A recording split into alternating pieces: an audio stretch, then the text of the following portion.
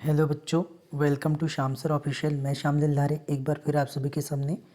तो फ्रेंड्स, आज की वीडियो क्लास 12th के बच्चों के लिए मोस्ट इम्पॉर्टेंट होने वाली है, क्योंकि आज हम क्लास 12th का अर्धवार्षिक परीक्षा देखने वाले हैं। लेकिन ये सत्र 2024-25 का है। तो बेटा ध्यान दीजिएगा, बहुत सारे बच्चों को ये लग रहा होगा कि सर ये 25-26 का क्यों नहीं है। ठीक है, तो आप लोगों को एक बात बता दूं कि रियल एंड ऑथेंटिक पेपर आपको कहीं पर भी नहीं मिलेगा। जो भी आप लोगों को पेपर सेंड कर रहा है वो सारे पेपर फेक है ना। पेपर रियल नहीं मिल सकते ना, मैं कभी रियल पेपर डाल सकता हूँ।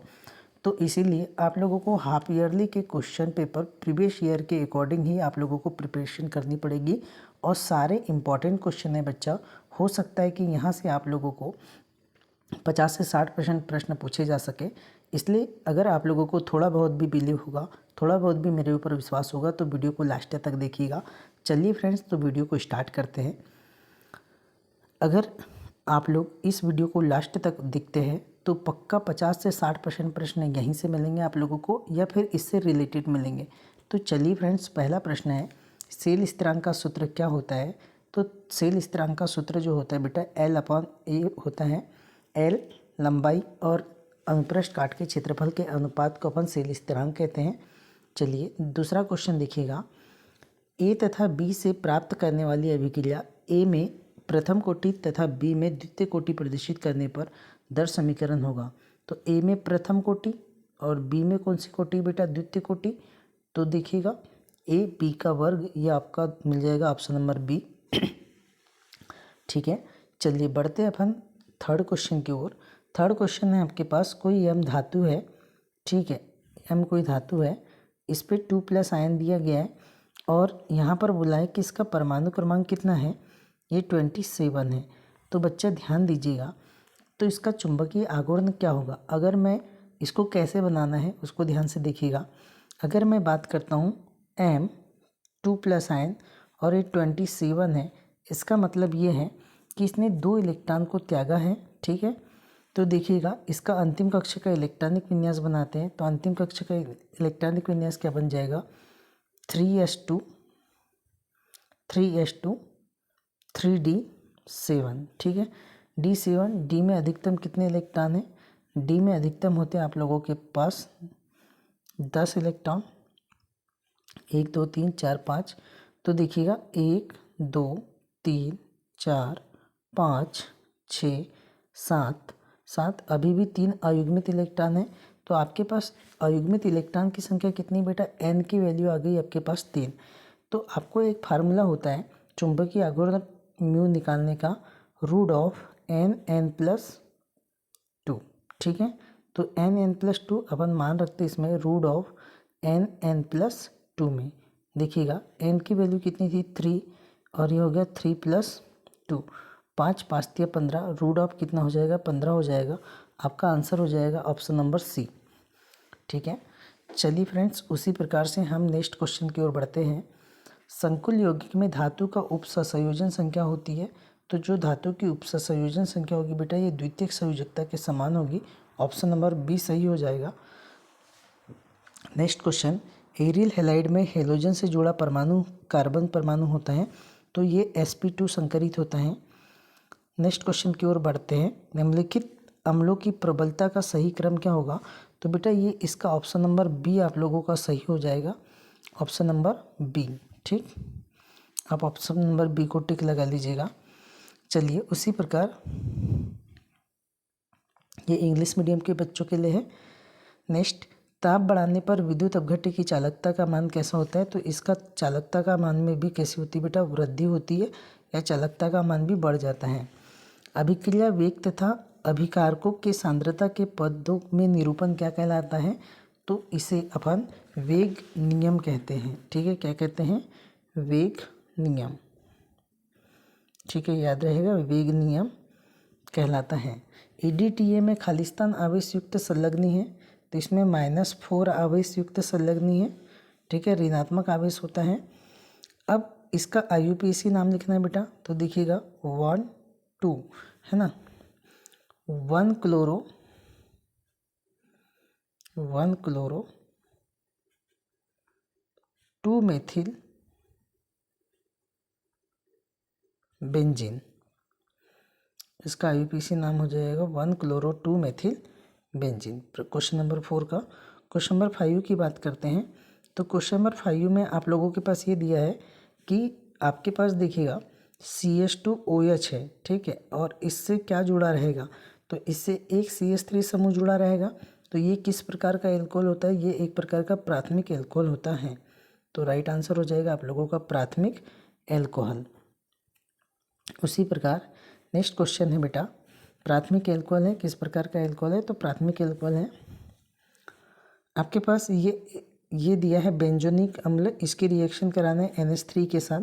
तो क्या बन जाएगा, यहाँ पर बन जाएगा बेटा, ये देखिए, ये बेंजीन रिंग जैसे का वैसा, और ऊपर में क्या हो जाएगा, NH3H जाकर जुड़ जाएगा, मतलब यहाँ बन जाएगा COONH4 अमोनियम बेंजोइक अम्ल, ठीक है। फिर उसका जल अपघटन कराते हैं, जल का अणु बाहर निकलता है तो एसीटामाइड बनता है, ठीक है। चलिए नेक्स्ट प्रश्न की ओर बढ़ते बेटा, सत्य या असत्य लिखिए। पहला प्रश्न है कि किसी चालक की 1 घन सेंटीमीटर की चालकता को चालकत्व कहते हैं। तो बेटा याद रखना है, 1 घन सेंटीमीटर की चालकता को उसका चालकत्व नहीं, उसकी विशिष्ट चालकता कहते हैं, इसलिए ये आप लोगों का कैसा हो जाएगा, असत्य हो जाएगा। दूसरा, यदि K 3 × 10⁻⁻⁴ सेकेंड इनवर्स है तो अभिक्रिया शून्य कोटि की है। बेटा ये भी आप लोगों का असत्य हो जाएगा, क्योंकि सेकेंड इनवर्स जो होता है ये प्रथम कोटि की अभिक्रिया के लिए दर स्थिरांक की इकाई होती है, ठीक। कार्बोनिल एक उदासीन लिगेंड है, तो ये बिल्कुल सत्य है कि कार्बोनिल एक प्रकार का उदासीन लिगेंड है। नेक्स्ट, एल्कोहल का क्वथनांक संगत अनुभार वाले ईथर तथा एल्कोहल से ईथर तथा एल्केन से अधिक होता है, ठीक है। तो आप लोगों का इसका बिल्कुल सत्य हो जाएगा। एल्कोहल व कार्बोक्सिलीकरण की अभिक्रिया से एस्टर बनते हैं, तो प्रश्न क्रमांक ये 5 है बेटा, ये बिल्कुल सत्य है, इस अभिक्रिया को एस्टरीकरण कहते हैं। CH3COOH का सामान्य सूत्र C2H2O2 है, जो कार्बोहाइड्रेट का सूत्र है के अनुसार सही बैठता है। यह एक कार्बोहाइड्रेट यौगिक है। तो बेटा आपको ये कार्बोहाइड्रेट नहीं है, क्योंकि ये एक प्रकार का अम्ल है, ठीक है, ये एक कार्बोहाइड्रेट नहीं है।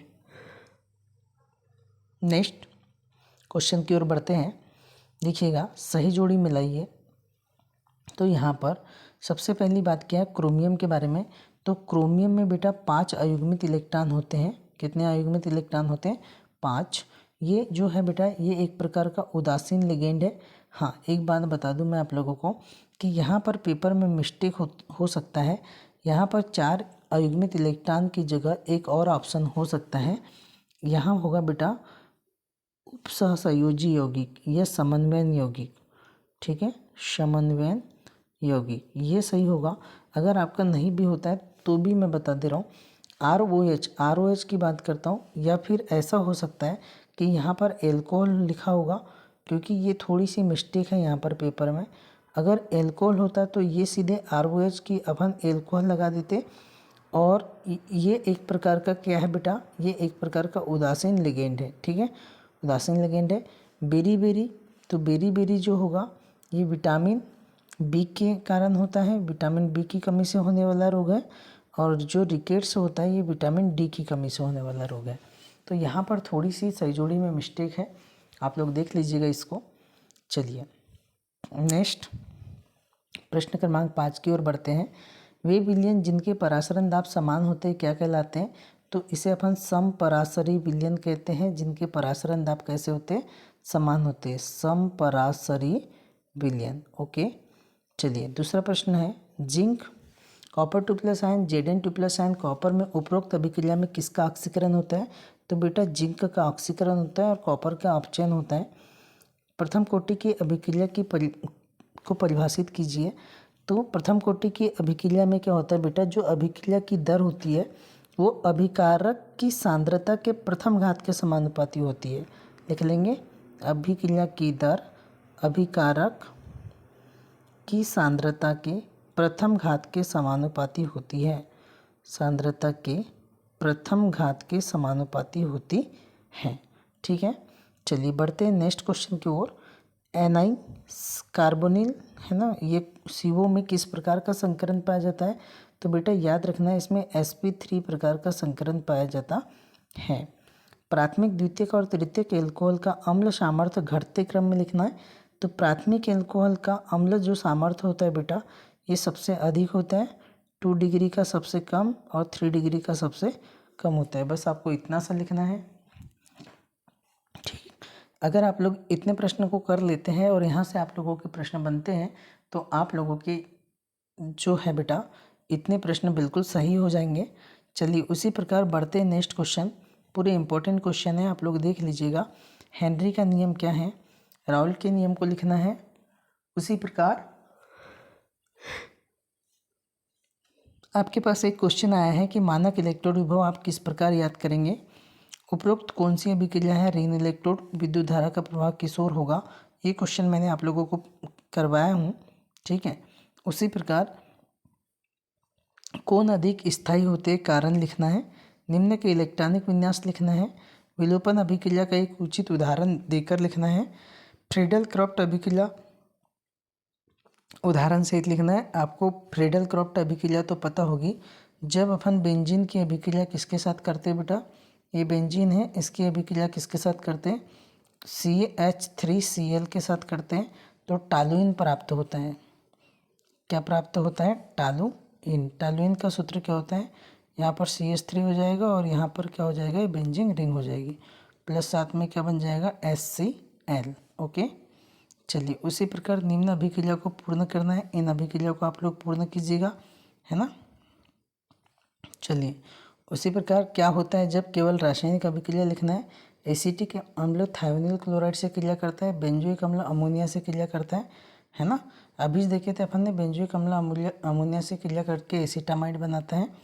DNA RNA में कोई दो अंतर, इसके पहले भी मैं प्रश्न में बता चुका हूँ। रेशेदार और गोलिकाकार प्रोटीन में दो अंतर, रिपीटेड प्रश्न हो गया।